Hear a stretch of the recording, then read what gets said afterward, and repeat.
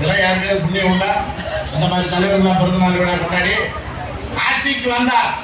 6 லட்சம் கோடியே 23 கோடி ரூபாய் கடனில் அரசாங்கத்தை ஏற்றுக்கொண்ட முதலமைச்சர் முத்துவேல் கருணாநிதி ஸ்டாலின் என்னும் பதவி பெருமானத்தை எடுத்துக்கொண்ட அடுத்த கடமை தலைமைச் செயலாளர் கணக்குள்ள தமிழ்நாட்டு கணக்குள்ள கூட்டார்.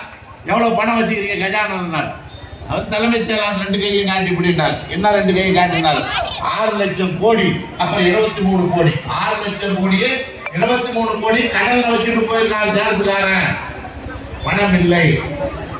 ஆனால் நாட்டு மக்களுக்கு நான் வாக்குறுதி கொடுத்தேன் தேர்தல் நேரத்தில். அதை முதல் கையெழுத்தாக நான் போடுகின்ற கையெழுத்து, கொரோனா காலத்தில் பாதிக்கப்பட்ட மக்களுக்கு நான் 5000 கொடுக்க சொன்னேன் எதிர்கட்சி தலைவராக இருந்த போது. ஆனால் அப்போது இருந்த முதலமைச்சர் எடப்பாடி பழனிசாமி 1000 தான் தருவேன் என்று சொன்னார். நான் மதிப்பீட்டு குழுவில் அப்போது உறுப்பினர். எவ்வளவு பணம் கஜானா வருது, எவ்வளவு பணம் இருக்கும், எவ்வளவு செலவாகும், பாலம் எவ்வளவு கட்டுவான், ரோடு எவ்வளவு போடுவாங்க, பஸ் எவ்வளவு வாங்குவாங்க, ஹாஸ்பிட்டலுக்கு மருந்து எவ்வளவு வாங்குவாங்க, வாத்தியாருக்கு எவ்வளவு சம்பளம் கொடுப்பாங்க, கட்டணம் எப்படி கட்டுவாங்க, எவ்வளவு பணம் இருக்குது, எவ்வளவு பணம் செலவாகும் அப்படின்னு எஸ்டிமேட் கமிட்டியில் நான் ஒரு மெம்பர்.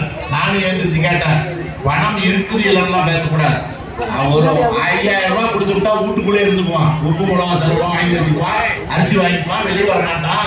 அப்ப வெளியே வந்தாதான் வைரஸ் நோய் படுது, அவன் செத்து போறான். அதனால் சாவாமல் மக்களை காப்பாற்ற வேண்டும் என்று சொன்னான். 5000 கொடுக்க வேண்டும் என்று தளபதி மு.க. ஸ்டாலின் எதிர்க்கட்சி தலைவராக இருக்கும்போது சொன்னார். முதலமைச்சராக அப்போது இருந்த எடப்பாடி பழனிசாமி வெறும் 1000 ரூபாய் தான் கொடுத்தார். தேர்தல் வாக்குறுதி சொன்னார், பாக்கி 4000 நான் வந்தவுடன் தருவேன் என்று சொன்னார்.